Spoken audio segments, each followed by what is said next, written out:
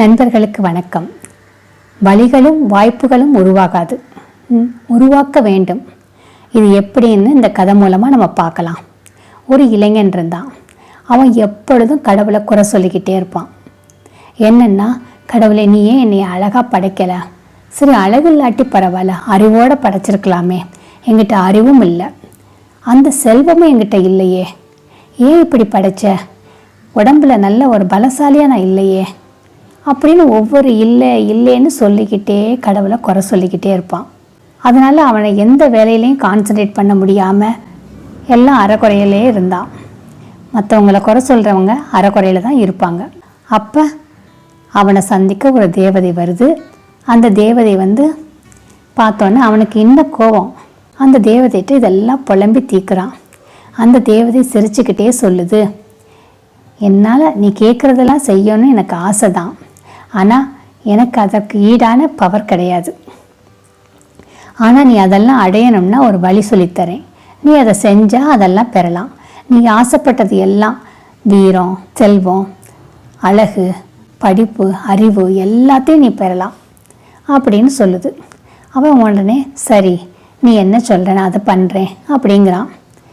என்னோட ஒரு தோட்டத்துக்கு வா, அந்த தோட்டத்தில் ஒரு மரம் இருக்கும், அதில் 7 ஆப்பிள் பழங்களை நீ பிடுங்கிட்டு வரணும் அப்படின்னு சொன்னோன்னு, இது ஈஸி தானே, நான் உன்னோட வர்றேன் அப்படிம்பான். அந்த தேவதையும் சிரிச்சுக்கிட்டே அவனை கூட்டிகிட்டு போகுது. அந்த தோட்டத்தை முன்னாடி நின்று கதவை திறந்து விட்டு, இதுதான் தோட்டம், அங்கே தெரிகிறது தான் ஆப்பிள் மரம், அந்த ஆப்பிள் மரத்தில் 7 பழங்களை கொண்டு வரணும், போயிட்டு வா அப்படிங்குது. நான் இங்கே நிற்கிறேன்னு சரின்னு அவனை உள்ளே போகிறான்.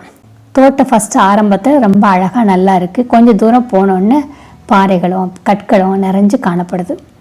அவன் ஒரு முறுமுறுப்போடு நடக்கிறான். இந்த பாதத்தில் நம்மளை நடத்தி கூட்டிகிட்டு போகணுமா அப்படின்னு முறுமுறுப்போடு நடக்கிறான். அதை நடந்து முடித்தோடனே நெரிஞ்சல்களும் முள்ளுகளும் நிரம்பி ஒரு பாதை வருது. காலில் குத்துமோன்னு பயப்படுறான். ஆனால் நல்ல செருப்பு போட்டிருக்கிறதுனால அவன் காலை ஒன்றும் பண்ணலை. ஆனாலும் கவனமாக நடக்காட்டி காலில் குத்திடும்.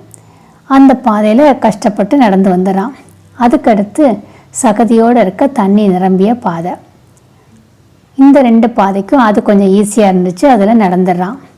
அந்த பாதையும் முடிஞ்ச பிறகு மணல் பகுதி வருது. அந்த சகதி காலோட மணலில் காலை வச்சு நடக்கிறது அவனுக்கு கொஞ்சம் கஷ்டமாக இருந்தாலும் முந்தின பாதைகளுக்கு அது பரவாயில்லன்னு நடந்துடுறான். அது நடந்து முடிஞ்சோடனே நெருப்பு தணலாக கிடக்கிற ஒரு பாதை வருது. ஐயோ, இதில் எப்படி நடக்கிறது? ஆனால் ஆப்பிள் மரம் கிட்ட வந்துட்டோம், இந்த நெருப்பு தணலில் நம்ம எப்படி நடந்து போக முடியும்? அனல் அடிக்குதே அப்படின்னு பயந்துட்டு திரும்பி அந்த தேவதைகிட்ட கேட்குறான், என்னை எப்படி பாதையில் நடத்திட்டு வர்ற? தோட்டம்னு சொன்ன, நான் அழகாக தோட்டம் இருக்குன்னு நினச்சா இப்படி பாதையெல்லாம் கரடு முரடாக இருக்குது, இதில் எவனும் போகமாட்டான் அப்படின்னு தேவதை சொல்லும், நான் உன்னை கூட்டிகிட்டு போகிறேன், கையை பிடிச்சிக்க அப்படின்னு சொல்லும். உடனே அவன் கையை பிடிச்சிக்குவான். தேவதை அவனை கூட்டிகிட்டு போகும். அந்த கல்லெல்லாம் மலை கல்லெல்லாம் நடந்து போன பிறகு அந்த நெறிஞ்ச முள் அந்த பாதை வருது. அந்த பாதையில் அந்த தேவதை என்ன பண்ணும், தான் கடந்து வந்த பாதையில் இருக்க பெரிய கல் அதெல்லாம் எடுத்துகிட்டு அந்த முள் மேலே போட்டு நடக்கும்.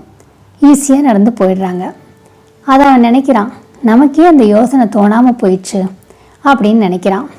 அடுத்தது அந்த தண்ணிக்குள்ளே இறங்கி தேவதை கூட்டிகிட்டு போகுது. சகதி நிறைந்த தண்ணியில் நடந்து போகிறாங்க. அடுத்தது அந்த மணலில் நடந்து போகிறாங்க 2 பேரும். அப்புறம் அந்த தணல் வருது பாருங்கள், இதில் எப்படி நடக்க போகிற பார்க்கலாம் அப்படின்னு தேவதையே பார்த்துட்ருக்கான். அந்த தேவதை என்ன பண்ணும், தன்னை கடந்து வந்த பாதையில் இருக்க மண்ணெல்லாம் எடுத்துகிட்டு அந்த தணல் நடந்து போகிற தணல் மேலே போடும். அப்போ அந்த தணலுடைய சூடு அடங்கிடும். அதில் நடந்து போவாங்க. ஐயோ, நமக்கு எப்படி இது தோணாமல் போச்சு, தேவதை எளிதாக நம்ம நடத்தி கூட்டிகிட்டு போயிடுச்சே அப்படின்னு அவன் நினச்சிக்கிறான். அப்போ தேவதை ஒரு ஆப்பில் பறித்து அவன் கையில் கொடுக்குது. இப்போ எவ்வளோ எளிதாக இருந்துச்சு, அதை மாதிரி நீ முன்னாடியே வந்திருக்கலாம் அப்படின்னு சொல்லும்போது ஆமாம் அப்படின்னு அவன் யோசிப்பான். யோசிச்சு பாருங்க, எதனால அவனால் முடியலேன்னு அவன் பிறரை குறை சொல்லிக்கிட்டே, அதாவது கடவுளை குறை சொல்லிக்கிட்டே வர்றான், முணுமுணுத்துக்கிட்டே வர்றான். அந்த முறுமுறுப்பு இருக்குல்ல, தன்னை சிந்திக்க விடாமல் பண்ணிடும். பிறரை குறை கூற நேரத்தில் நம்மளுடைய திறமை குறைஞ்சி போயிடும். அதனால் யாரையும் குறை சொல்லக்கூடாது, முணுமுணுத்துக்கிட்டே வரக்கூடாது. அதனால் நாம் இந்த கதையிலேருந்து நான் இவன் என்ன தெரிஞ்சுக்கிட்டேன்னா, யாரையும் குறைக்கூடாது. அந்த குறை நேரத்தில் நம்மளுடைய மைண்ட் ரொம்ப அப்செட் ஆகிடும், எதையும் யோசிக்கிற திறன் இல்லாமல் போயிடும்.